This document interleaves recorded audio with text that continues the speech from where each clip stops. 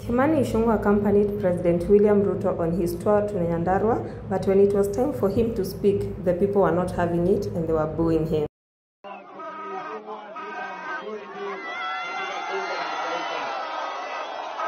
Asante Mheshimiwa Rais. Mheshimiwa Rais, mimi akaide mwela holai ndiye kabagalo. Hawa watu wa Kwale, Mheshimiwa Rais, wamesema hii affordable housing iko hapa. Ile mara yote inajengwa hapo, ikiwekwa kablo ipewe hawa vijana affordable housing. Leo munene niye ule otaragwo na aria tuga goko karao na Nyandarua yothe gutire mundu kwenderio guoya na niye ndiendaga. Actually, he had to accept that people were not willing to listen to what he was saying, and he had to step down and give away the mic. Then the president gave away the mic to the Nyandarua women rep Faith Wairimu, who is also not very popular in that region, and she was heckled too.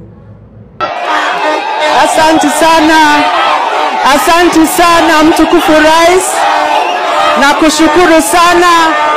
Sisi tunakuanga hivi Nyandarua, na kushukuru sana kwa sababu umesema utakuja hapa kwetu, utakuja hapa Nyandarua, utatusaidia na hospitali yetu, kwa sababu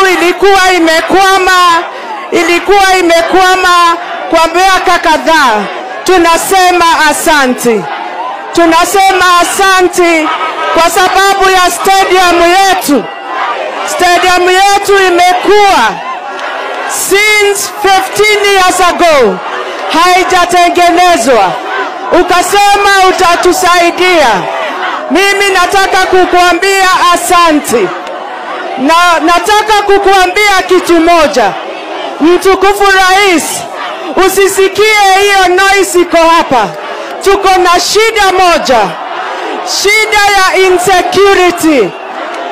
Mifugo yetu imeibiwa, na shida ile tuko nayo mtukufu Rais, tunahitaji gari za security. Polisi wetu hawana magari. Your Excellency, here in Nyandarua, we require more than 50 cars, security cars, hapa kwetu Nyandarua. Na kuomba na kusihi, usikie maombi na kilio changu, utupatie magari ya polisi, ndio at least wizi wa mifugo uishe. Tuko na wizi wa mifugo hapa kwetu. La pili, mtukufu Rais, hii Olkalou Dairy iko na shida mtukufu Rais.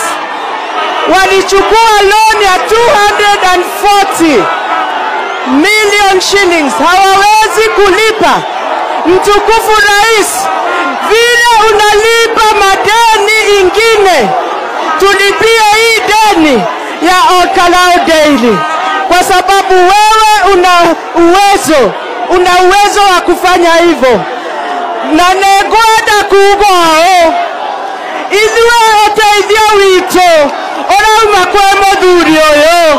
You could tell she got confused and forgot her speech. She was saying things that were not resonating with what the people wanted and what is ailing Nyandarua. This has sparked a lot of conversation on the online media spaces where people are making fun of them.